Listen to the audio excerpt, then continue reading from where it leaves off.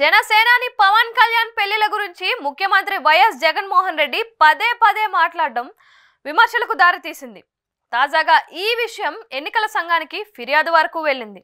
ఈ నెల 16న భీమవరంలో సీఎం జగన్ తమ నాయకుడు పవన్ కళ్యాణ్ పై అభ్యంతరకర వ్యాఖ్యలు చేశారంటూ రాష్ట్ర ఎన్నికల ప్రధాన అధికారి ముఖేష్ కుమార్ మీనాకు జనసేన నాయకులు ఫిర్యాదు చేయడం చర్చనీయాంశమైంది. పవన్ పెళ్లిళ్లను ఆయన నియోజకవర్గాల మార్పుతో ముడిపెట్టి జగన్ ఘాటు విమర్శలు చేసిన సంగతి తెలిసిందే.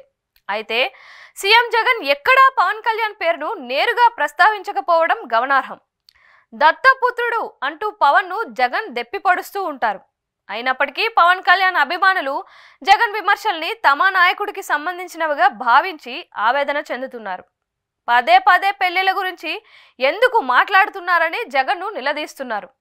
3 కాకుంటే 30 పెళ్లిళ్లు వైసీపీ నేతలు చేసుకుంటే వద్దంటానా అని పలు సందర్భాల్లో పవన్ సీరియస్ గా రియాక్ట్ అయ్యారు.